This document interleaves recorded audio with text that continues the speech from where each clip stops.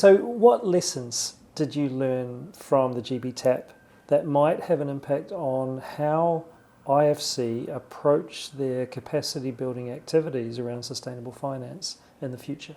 So we actually had our program evaluated by a third party, and they actually spoke to you. So I would like to bring in, the lessons learned that they are helping us reflect.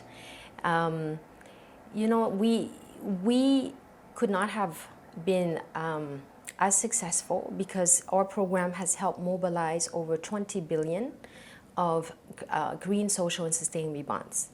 And this requires working with partners, right? So there needs to be more collaboration and coordination. That is one lesson learned. We have done a lot of that, but this needs to be more to be done in the space. And the creation of a fund, which is to provide the demand, is also important to have a technical assistance program like the one that we have been working on. So IFC has then gone on to create, the Reach Your Fund, the Avatar, which is for the Blue Bond Fund, and each have the technical assistance program to help develop market, to help upskill, the local professionals.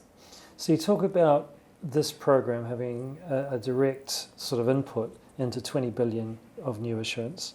I think nowadays the outstanding debt on sustainable bonds is around, sustainable bonds as a whole, not just green bonds in fairness, but as a whole is around 5 trillion.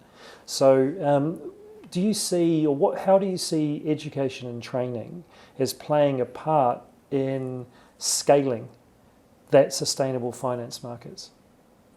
It's massive. For example, in Africa, only less than 10% of the universities, they teach these sustainable finance skills. Yeah. And this is the same for most part of the world that we have gone to train. In our program, as you know, we have worked with universities, right? We've worked with the Stockholm School of Economics, we work with HEC Paris, we've worked with regional leading university like Los Andes in Colombia, Fundación Don Cabral in Brazil, ESPAL in Ecuador. So between our two organizations, we try to bring global best practice, best in class, but some of this material needs to also be localized, contextualized to the region and to the local markets.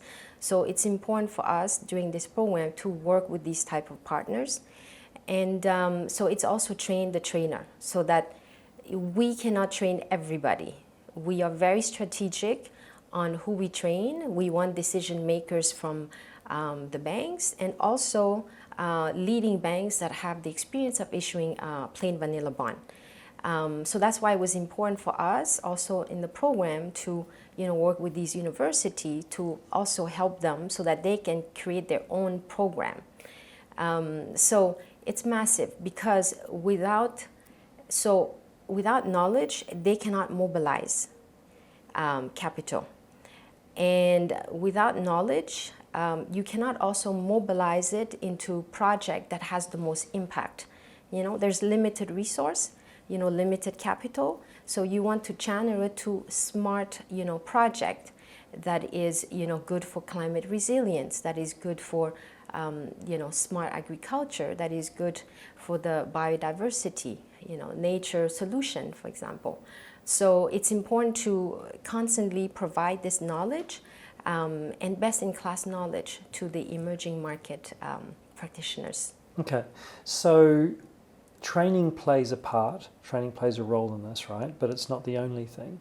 So how do you think that organisations like ICMA, and now currently I think we're celebrating 11 years this year as a secretariat of the principles, and the principles themselves have obviously evolved from the green bond principles to include the social bond principles and so on and so forth. What do you think, how can organisations like ICMA continue to play a role in the development of the green and social and sustainable bond markets? I think you have a very important role because you are a convening, you're a very powerful convening platform. You bring together the the whole ecosystem of market players to have a conversation, to have healthy debate and have a healthy discussion, because there's many voices, but you guys have the ability to bring all this voice together so that they again represent the best practice. And then you help disseminate this globally so that we have the same language, same standards, best standard, so that investors, this GBTAP program, IFC, and you guys, ICMA, we play a very important role as the bridge between investors and the people issuing these bonds. So we are like the bridge, right? That connects and that helps the conversation. Well, so turn that back on IFC for a minute. So this is how ICMA contributes. How do you see IFC contributing to the wider market?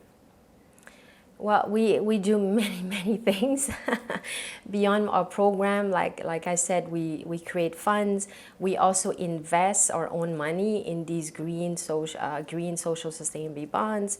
We also have a wonderful group that works on supporting the government side.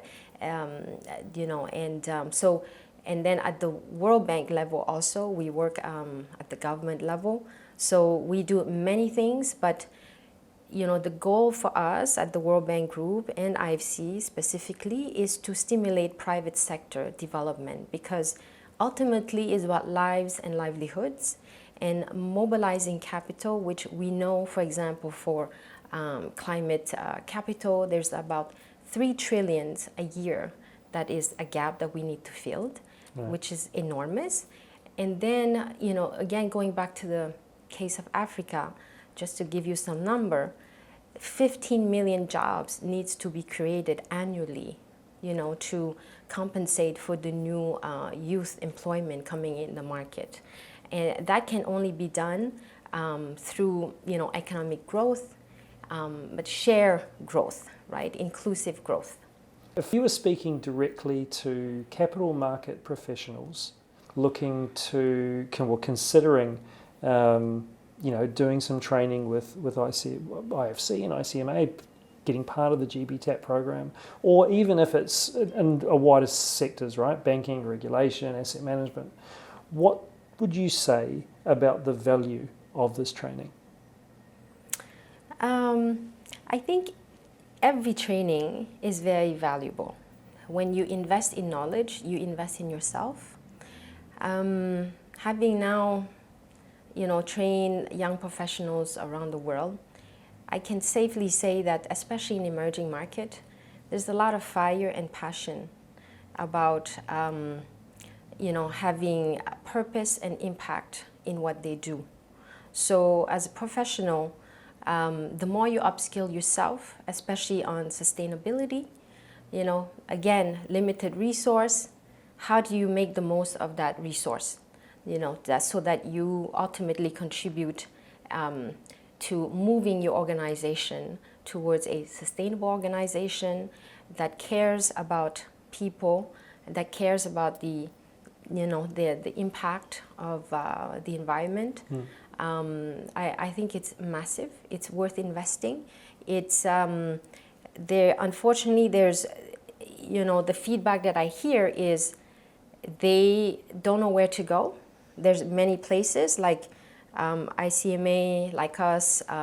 We cater to certain aspect of the sustainable finance dimension.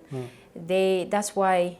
Now we are partnering to create the World Bank Group Sustainable Finance Knowledge Center for Africa, so that we can be a one-stop shop, right? So that they can, the go-to for sustainable finance, so they can find the resource. But most importantly is to learn from case study, because practitioners learn the best from peers, from other parts of the world or the region on how they have done things. And this is something that is not curated enough, not shared enough. And I think it has to be done more, because if we're going to change the world very fast, it has to be with innovation. And you don't have to reinvent the wheel. So if you can learn from innovation and thought leadership from other parts of the world with specific case study, tangible, that you can relate to, you can then implement faster. So I hope that the center that we are now going to partner with can do this. That's really cool. So, okay, so you speak very passionately about this.